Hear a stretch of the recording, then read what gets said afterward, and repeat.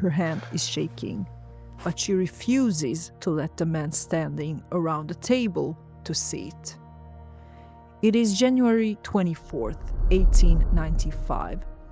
Inside a locked, heavily guarded bedroom on the upper floor of her own palace, Liliuokalani, the reigning queen of Hawaii, is staring at a piece of paper that will erase her nation from the map. Outside that door stand armed guards.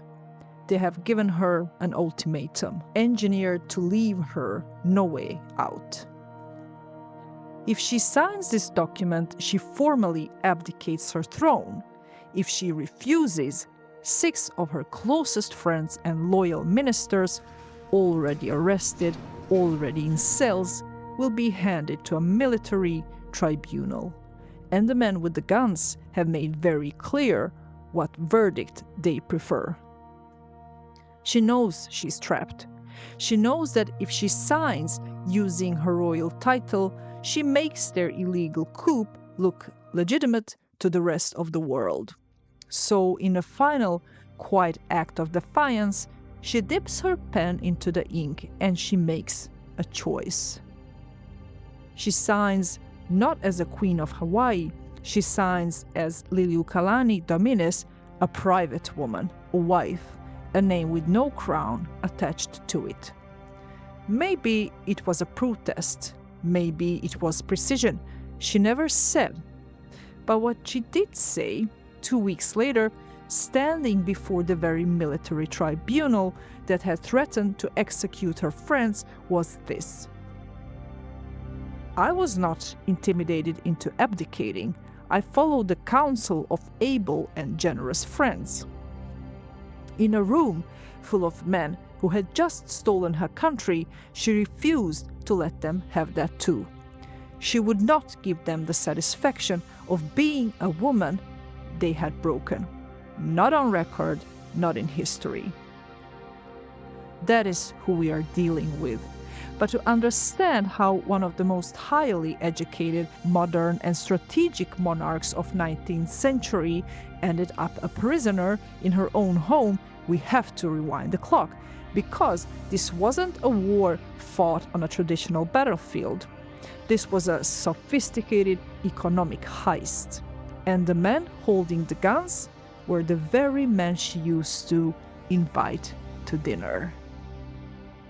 To understand what they took from her, you first have to understand what they were taking. King Kalakaua, Liliuokalani's brother, had personally traveled to New York and sat down with Thomas Edison. He watched the light bulb demonstration in person. Then he went home and wired his palace. By 1887, Iolani Palace had 325 electric lights burning inside its walls.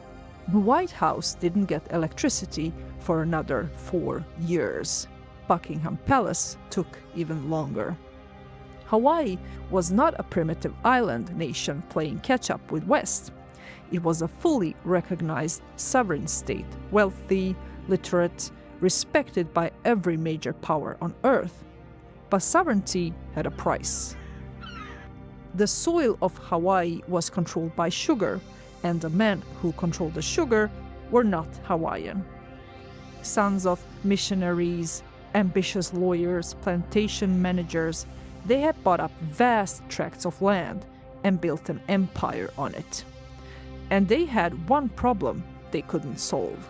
As long as Hawaii was a foreign country, they had to pay import taxes to sell their sugar into the American market. Millions of dollars every year gone. There was only one solution. Hawaii had to stop being a foreign country. So they built a militia in secret. And in 1887, while Liliuokalani was thousands of miles away representing her kingdom at Queen Victoria's Jubilee in London, they made their move. They surrounded the palace. They gave King Kalakaua a choice: sign this new constitution or be removed by force. He signed. History calls it the Bayonet Constitution.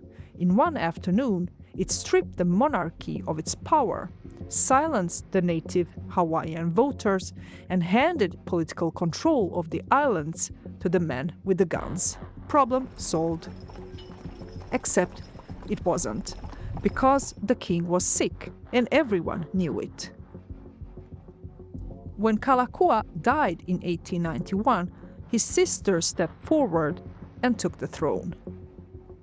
The same men who had just stolen the kingdom's power looked at her and made the calculation. She was a woman. She would be easier. They had just made the most expensive mistake of their lives. They just didn't know it yet. In January 1893, Queen Liliuokalani decided to break that trap. Over 2/3 of the native Hawaiian population has signed a petition begging her for a new constitution, one that will restore their right to vote and strip the foreign merchant elite of their honored power. She drafted the document. It was a masterpiece of legal strategy designed to peacefully dismantle the corporate stranglehold on her government. But the sugar barons didn't just have money, they had a network of treason. The moment Loring Thurston learned of the Queen's plan, he mobilized a small group of 13 men, lawyers, merchants, plantation agents, some holding American passports, other naturalized Hawaiian subjects, but none of them Hawaiian, formed a shadow organization with chillingly deceptive name, the Committee of Safety. They had one problem. They couldn't beat the Queen's guard in fair fight, so they went looking for someone who didn't have to fight fair. His name was John L. Stevens. He was the United States Minister to Hawaii. He was also a close personal friend of the sugar barons. And he had something they needed desperately. He had a warship. The USS Boston was sitting in Honolulu Harbor, fully armed, hundreds of sailors and Marines on board. Stevens had no order from Washington, no declaration of war, no congressional approval. What he had was a decision. He made it. 162 fully armed American Marines marched ashore. They marched to positions surrounding the palace grounds, close enough to count the windows. The message didn't need to be spoken. Everyone inside that palace understood it instantly. If you fight the sugar barons, you're fighting the United States military. Her royal guard rushed to her side. Nearly 500 men ready to bleed for her. But as Liliuokalani looked out at the American forces surrounding her city, she realized that stakes had changed. This was no longer a political dispute. It was a hostage situation. She had to make a choice. Order a bloody, hopeless defense that would result in a slaughter of her people, or surrender her crown to save their lives. On January 17, 1893, Queen Liliuokalani stepped forward to sign her surrender. The sugar barons smirked, believing they had won. They expected her to sign over her power to them. She did not yield to the committee. Instead, her official protest stated that she was yielding her authority temporarily and exclusively to the superior force of the United States government. She was stepping down only until Washington could review the facts and undo the illegal actions of its rogue minister. It was a masterclass in diplomacy. She bypassed the businessmen entirely and forced the issue directly onto the desk of the American president, Grover Cleveland. And for a moment, her strategy worked. Cleveland was horrified. He launched an immediate investigation led by his own special commissioner, a former congressman named James Blount, sent with direct presidential authority. The Blount report concluded that U.S. representatives had abused their authority, that the overthrow had succeeded only because of them, and that the Hawaiian population had never consented to any of it. Cleveland's own verdict. The military demonstration on Hawaiian soil was in itself an act of war. He formally demanded the sugar barons restore the queen to her throne. She had done everything right. She had the moral argument. She had the American president. She had the law. But barons had something else. Time was on their side. Money was on their side. And they had already proved in 1887, when they surrounded the palace and put a pen in her brother's hand, that they were willing to use both. They locked the palace gates. They refused to move. And they simply waited. A year later, they formalized their grip, declaring themselves the Republic of Hawaii. One strategy outlasted Cleveland. They knew that not every American president would have his conscience, and they knew something else too. They weren't done with her yet.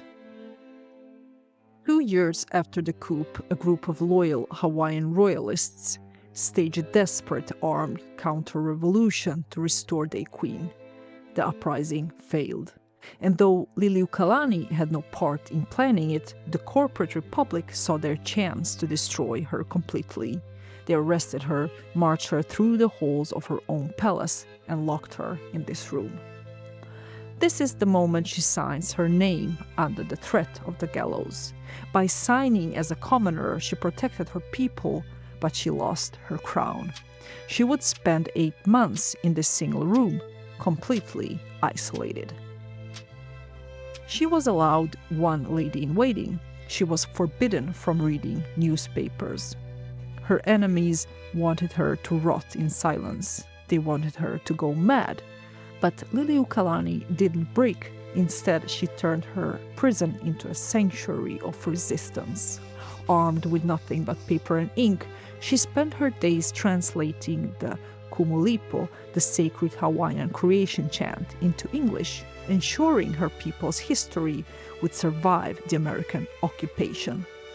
And in the quiet of the night, she composed. One of the pieces she wrote during those months was The Queen's Prayer, a hymn dedicated to her niece and heir. At the bottom of the manuscript, in her own hand, she wrote, "Composed during my imprisonment at Iolani Palace by the missionary party who overthrew my government." Aloha Oe, Farewell to Thee, had been written 15 years earlier as a simple love song inspired by 2 lovers saying goodbye on a country road. She would never have known what it would become. But when her kingdom fell, her people heard it differently. They still do. In 1898, Hawaii was annexed. The sugar barons got what they wanted. Liliuokalani lived out the rest of her days as a private citizen, watching foreign interests rewrite the history of her home. She passed away in 1917, the last sovereign of a kingdom that the world's most powerful nation had taken and never formally been given. Today, in the heart of Honolulu, her statue stands where the offices once were. You would have to search hard to find the monument to the men who took her crown. Her music is sung by millions. Her dignity remains unblemished. They managed to steal her kingdom, but they never could conquer the queen.